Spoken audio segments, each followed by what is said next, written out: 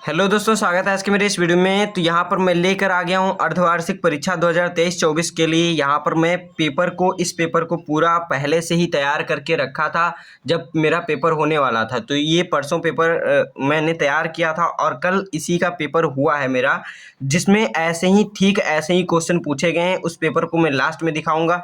ये पेपर मैं पेपर से पहले ही बना देना चाहता था, लेकिन लाइट नहीं थी तो इसलिए नहीं बन पाया। तो यहाँ पर आप देख लीजिए किस तरीके से यहाँ पर अनुमानित क्वेश्चन जो होते हैं, बहुत ही इंपॉर्टेंट क्वेश्चन होते हैं, वो पेपर में किस तरीके से पूछ लिए जाते हैं वो आपको अभी तुरंत पता चल जाएगा।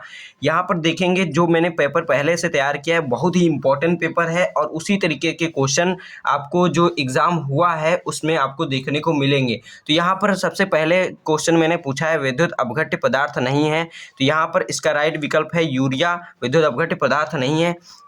फिर यहाँ पर आपको पूछा गया है कौन सा ऑक्साइड हाइड्रोजन द्वारा अपचयित होगा।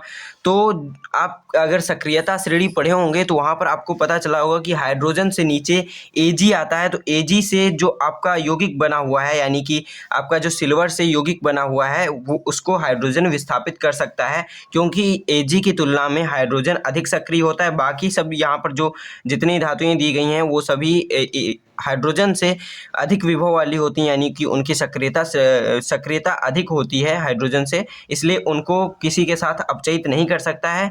लेकिन यहाँ पर Ag2O का आपका यहाँ पर हाइड्रोजन अपचयन कर सकता है। फिर यहाँ पर आपका अगला क्वेश्चन दिया गया है निम्नलिखित में से कौन सा अणुसंख्य गुणधर्म है।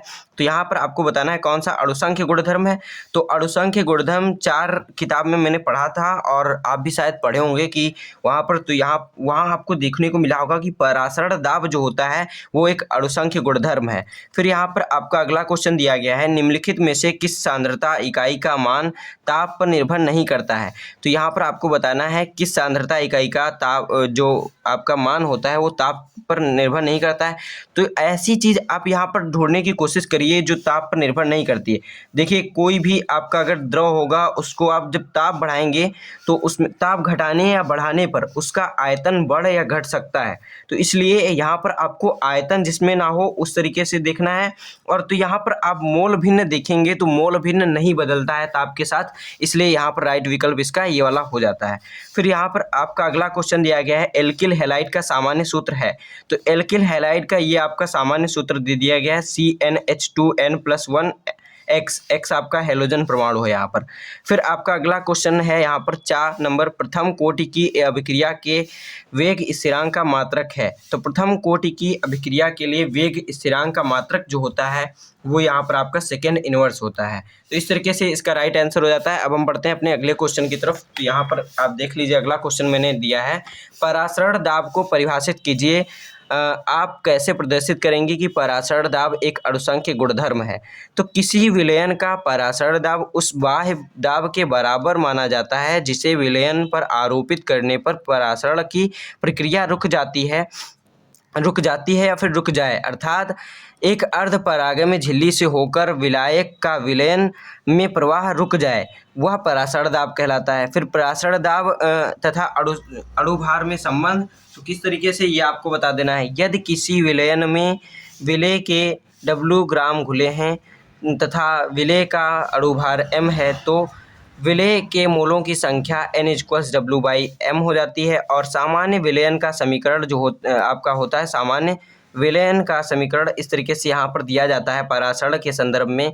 पाई आपका परासरण दाब होता है, पाई V = NST के अनुसार पाई V = N की जगह मोलों की संख्या की जगह पर हम रख देंगे W/m/ST। तो यहाँ पर आपका मोलरता इधर आपका ये यहाँ जो आपका मोलर द्रव्यमान है इसको हम उधर भेज देंगे तो पाई V नीचे आ जाएगा। तो इस तरीके से ये संबंध हो जाता है परासरण दाब और अणुभार में ये संबंध हो जाता है। फिर यहाँ पर आपका अगला क्वेश्चन दिया गया है रासायनिक अभिक्रिया के वेग से आप क्या समझते हैं। तो यहाँ पर रासायनिक अभिक्रिया के वेग से क्या समझते हैं, तो इकाई समय में किसी भी अभिकारक या उत्पाद की सांद्रता में होने वाले परिवर्तन को रासायनिक अभिक्रिया की दर या वेग कहते हैं। अतः अभिक्रिया की दर अभिकारक या उत्पाद की सांद्रता में होने वाला परिवर्तन बटे परिवर्तन में लगा समय। तो इस तरीके से हो जाता है वेग बराबर ΔC। C आपका कंसंट्रेशन है यानी सांद्रता में परिवर्तन बटे समय में परिवर्तन, इस तरीके से आपको लिख देना है। फिर आपका अगला क्वेश्चन यहाँ पर दिया गया है, तो ये आप देख लीजिए और अगर आप चैनल पे नए हैं तो चैनल को सब्सक्राइब कर लीजिए और वीडियो को भी लाइक कर दीजिए, क्योंकि मैं वीडियो बहुत ही मेहनत से और आपके लिए पूरी तरीके से बनाता हूं और बहुत ही इंपॉर्टेंट क्वेश्चंस को लेकर आता हूं जो आपके बोर्ड एग्जाम में बहुत ही फायदेमंद होंगे। तो यहाँ पर आप देख लीजिए, यहाँ पर आपका अगला क्वेश्चन दिया गया है, ग नंबर राउल्ट के नियम को समझाइए। तो यहाँ पर इसका आंसर दे दिया गया है, इस नियम के अनुसार किसी निश्चित ताप पर विलयन में उपस्थित किसी वाष्पशील अवयवी घटक का आंशिक वाष्प दाब उस अवयवी घटक के मोल भिन्न के समानुपाती होता है। यहाँ पर राउल्ट के नियम के अनुसार जो बताया जाता है कि उसका जो वाष्प दाब होगा, किसी विलयन का वाष्प दाब जो होगा उसके आपका यहाँ पर आंशिक मोल भिन्न के समानुपाती होता है। तो इस तरीके से बताया गया है वाष्प दाब। तो माना किसी विलयन में दो अवयव घटक हैं ए व बी हैं, उनका आंशिक दाब पी ए व पी बी है। तो राउल्ट के नियमानुसार पी ए यानी कि इस वाले अवयवी घटक का जो आंशिक वाष्प दाब कितना होगा, पी ए समानुपाती होगा इसके मोल भिन्न के, ए के मोल भिन्न के। फिर आपका दूसरा पी ए इक्वल्स, यहाँ पर आपका समानुपाती चिन्ह हटाएंगे जब, तो यहाँ पर आपका पी ए नॉट एक्स ए आ जाएगा। पी ए नोट जो है यहाँ पर आपका शुद्ध इस विलय या फिर विलायक जो भी घटक है उसके शुद्ध अवस्था में जो वाष्प दाब होता है उसका यहाँ पर रखा गया है। जब ये हटता है तो यहाँ पर ये आ जाता है, समानुपाती चिन्ह हटता है तो ये एक कांस्टेंट के रूप में आ जाता है। फिर यहाँ पर आपका पी बी समानुपाती है एक्स बी। पी बी आपका दूसरा घटक है, उसका जो आपका आंशिक वाष्प दाब होगा वो उसके मोल भिन्न के समानुपाती होगा। तो इस तरीके से आपका यहाँ पर आपका इसका आंसर हो जाता है। फिर कुल जो आपका P यानी कि पूरे विलयन का जो आपका आंशिक वाष्प दाब होगा, P कुल equals P A plus P B. तो पी ए का वैल्यू ये है और पी बी का वैल्यू ये है, तो यहाँ पर आप रख देंगे तो आंसर आ जाएगा पूरा। और इतना भी आपका राउल्ट का नियम पूरा हो जाता है, इतने में भी आपको पूरा नंबर मिलता है। तो यहाँ पर आपका अगला क्वेश्चन है, असामान्य मोलर द्रव्यमान को समझाइए, वांट ऑफ गुणांक किसे कहते हैं, ये आपको बताना है। तो यहाँ पर आप इसका आंसर देख लीजिए, ये इम्पॉर्टेंट है लेकिन ये उतना नहीं इम्पॉर्टेंट है। यहाँ पर आप देखेंगे वांट ऑफ गुणांक किसे कहते हैं, ये बहुत इंपॉर्टेंट है। ये वाला असामान्य मोलर द्रव्यमान ये इतना इंपॉर्टेंट नहीं है जितना कि ये है। तो केवल मैं ये बता दे रहा हूँ, वीडियो का लेंथ लंबा ना हो जाए इसलिए मैं कुछ टॉपिक्स को यहाँ पर कम करते हुए चल रहा हूँ। तो यहाँ पर वांट ऑफ गुणांक किसी पदार्थ के अणुसंख्य गुणधर्म के प्रेक्षित अथवा परिकलित या अपेक्षित मानों का अनुपात होता है। यानी कि आपका प्रेक्षित और अपेक्षित जो मान होते हैं उनका आपका मान अनुपात ही वांट ऑफ गुणांक होता है। तो इस तरीके से यहाँ पर इसका आंसर हो जाता है। फिर अब हम बढ़ते हैं अपने अगले क्वेश्चन की तरफ। तो अगला क्वेश्चन यहाँ पर दिया गया है, सक्रिय ऊर्जा की परिभाषा लिखिए। तो सक्रिय ऊर्जा क्या होती है उसकी परिभाषा लिखना है और आर्हेनियस समीकरण भी लिखना है। ये बहुत इंपॉर्टेंट क्वेश्चन है और ये पेपर में आया भी है, और जितने बहुत सारे पीछे मैंने क्वेश्चन दिखाए उनमें से अधिकतर क्वेश्चन पेपर में पूछे गए हैं। तो बहुत ही इंपॉर्टेंट क्वेश्चन हैं ये सभी। तो यहाँ पर सबसे पहला यहाँ जो दिया गया सक्रिय ऊर्जा की परिभाषा लिखना है। तो यहाँ पर इसको मैं दिखा दे रहा हूँ। सक्रिय ऊर्जा वह न्यूनतम अतिरिक्त ऊर्जा जो ऊर्जा अवरोध पार करके अभिकारक अणुओं के उत्पाद में परिवर्तित होने के लिए आवश्यक होती है, सक्रिय ऊर्जा कहलाती है। तो इस तरीके से सक्रिय ऊर्जा की परिभाषा हो जाती है। और आप लोगों को बहुत बार याद दिलाना पड़ता है कि लाइक कर दीजिए वीडियो को, फिर भी आप लोग लाइक नहीं करते हैं, तो लाइक ज़रूर करिए। मैं बार बार नहीं बोलता हूँ अपने वीडियोज़ में कि लाइक करिए, जिससे कि वीडियो मतलब बेकार ना लगे किसी तरीके से कि मैं बार बार लाइक करने के लिए कह रहा हूँ। तो इस वीडियो में मुझे इतना बोलना पड़ गया, इसके लिए सॉरी अगर आपको दिक्कत होता है। नहीं तो वीडियो को ज़रूर आप लाइक किया करिए, उससे हमें बहुत ही मोटिवेशन मिलता है और आगे की वीडियो बनाने में आसानी होती है। यहाँ पर आप देखेंगे अगला क्वेश्चन यहाँ पर दिया गया है, आर्हेनियस समीकरण क्या है। तो आर्हेनियस समीकरण, आर्हेनियस ने वेग नियतांक के तथा परम ताप के मध्य एक संबंध बताया जिसके अनुसार ताप बढ़ाने से वेग में चर घातांकी रूप से वृद्धि होती है, जो निम्न प्रकार होती है, के ए ई के पावर माइनस ई ए अपॉन में आर टी। इस तरीके से ये आर्हेनियस समीकरण है। और जहाँ पर ए दिया गया है पूर्व चर घातांकी गुणांक, आवर्ती गुणांक है, और फिर ई ए जो है सक्रिय ऊर्जा है, और आर जो है गैस नियतांक, और टी यहाँ पर आपका परम ताप है, वो भी केल्विन में। तो इस तरीके से यहाँ पर इसका आंसर हो जाता है पूरा। फिर अब हम बढ़ते हैं अपने अगले क्वेश्चन की तरफ। इसमें दिया गया है, उत्तर दीजिए। तो इसमें किसी विलयन की चालकता तनुता के साथ क्यों घटती है, तो ये आपको बताना है। तो इसका मैं दिखा दे रहा हूँ, यहाँ पर दिया गया है, विद्युत अपघट्य के विलयन की तनुता बढ़ाने पर आयतन में वृद्धि होती है, परंतु आयनों की संख्या में वृद्धि आयतन की तनुता में कम होती है। जो आयतन बढ़ रहा है उसके अनुसार जो उसके आयनों में वृद्धि है वो कम ही हो रही है, इसलिए विलयन की इकाई आयतन में आयनों की संख्या कम हो जाती है, अतः विलयन की चालकता तनुता के साथ घटती है। तो इस तरीके से आपका इसका आंसर हो जाता है। फिर यहाँ पर अगला क्वेश्चन भी है, 298 केल्विन पर 0.20 मोलर KCl विलयन की चालकता इतने सीमेन सेंटीमीटर इनवर्स है, इसकी मोलर चालकता क्या होगी, ये पूछा गया यहाँ पर आपका क्वेश्चन। फिर इसका इस तरीके से यहाँ पर देख लीजिए ये इसके लिए आपका मोलर चालकता के लिए फार्मूला होता है, और मोलर चालकता का सबसे पहले आप फार्मूला देखिए। मोलर चालकता होता है लेमडा एम इज इक्वल्स के इंटू 1000 बटे मोलरता। तो यहाँ पर आपका के का वैल्यू दिया गया है 0.0248 इंटू 1000 और बटे में आपका 0.20। इस तरीके से इसको जब हल करेंगे तो 124 सेंटीमीटर स्क्वायर मोल इनवर्स यहाँ पर आपका इस तरीके से इसका आंसर आ जाता है। अब हम बढ़ते हैं अपने अगले क्वेश्चन की तरफ। तो यहाँ पर पूछा गया है, निम्नलिखित का अर्थ स्पष्ट कीजिए। चालकत्व और सेल नियतांक, इन दोनों का आपको अर्थ स्पष्ट करना है। तो चालकत्व क्या होता है, किसी विद्युत अपघट्य की जलीय विलयन में विद्युत धारा को प्रवाहित करने की क्षमता उसका विद्युत अपघटनीय चालकत्व कहलाती है। इसे C से प्रदर्शित करते हैं।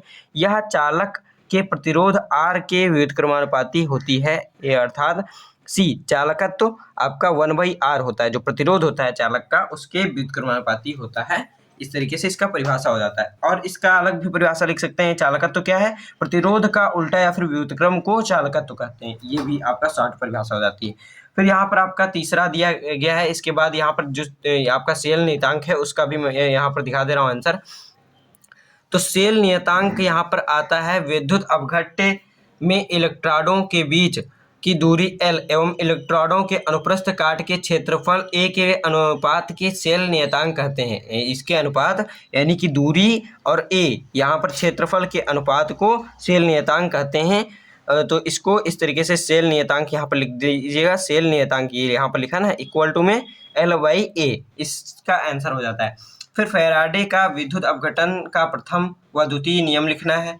तो फैराडे का प्रथम और द्वितीय नियम यहाँ पर लिखा क्या है, इसको ये पेपर में नहीं आया है तो इसको मैं यहाँ पर अभी स्किप कर रहा हूँ।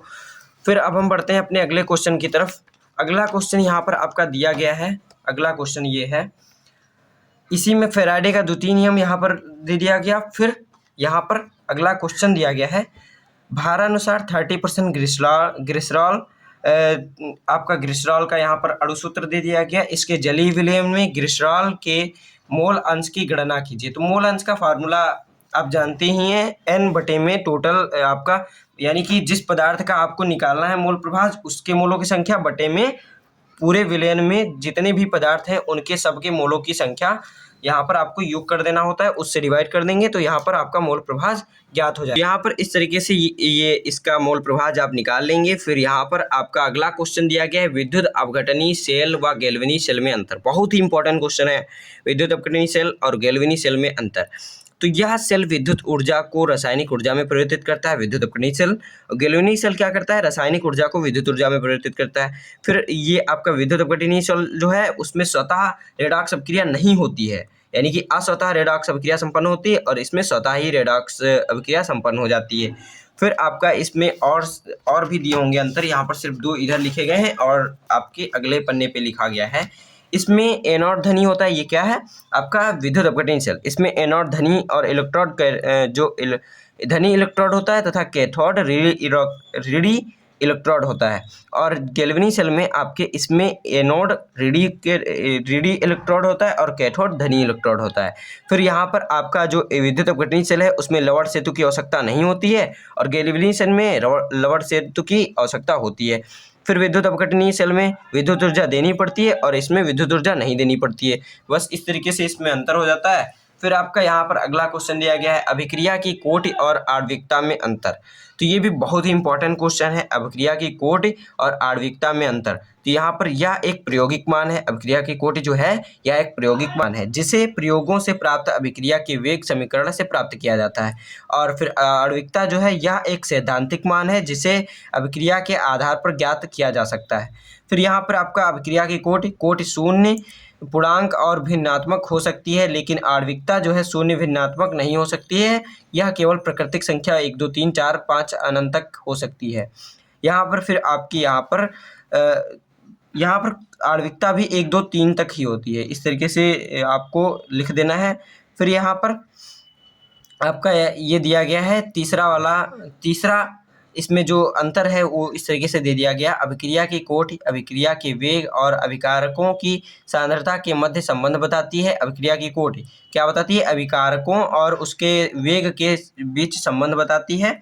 और यहाँ पर आणविकता अभिकारकों के विशिष्ट पद के में भाग लेने वाले अणुओं की संख्या दर्शाती है। तो इस तरीके से ये पेपर हो जाता है पूरा, और पूरा पेपर यहाँ पर इस तरीके से मैंने अपने से बनाया था खुद से। तो बहुत ही इंपॉर्टेंट क्वेश्चन पेपर ये है। तो अगर वीडियो पसंद आया तो वीडियो को जरूर लाइक करिएगा। अब हम मिलते हैं अपने अगले क्वेश्चन में। तो यहाँ पर मैं लास्ट में पेपर दिखा दे रहा हूँ, ये इस तरीके से पेपर है आपका, और बहुत ही इंपॉर्टेंट अर्धवार्षिक का पेपर है, ये कल ही हुआ था। तो इसको मैं पूरा पेपर अगले वीडियो में दिखाऊंगा और पूरा पेपर सॉल्व भी कराऊंगा। तो मिलते हैं अपने अगले वीडियो में, तब तक के लिए धन्यवाद।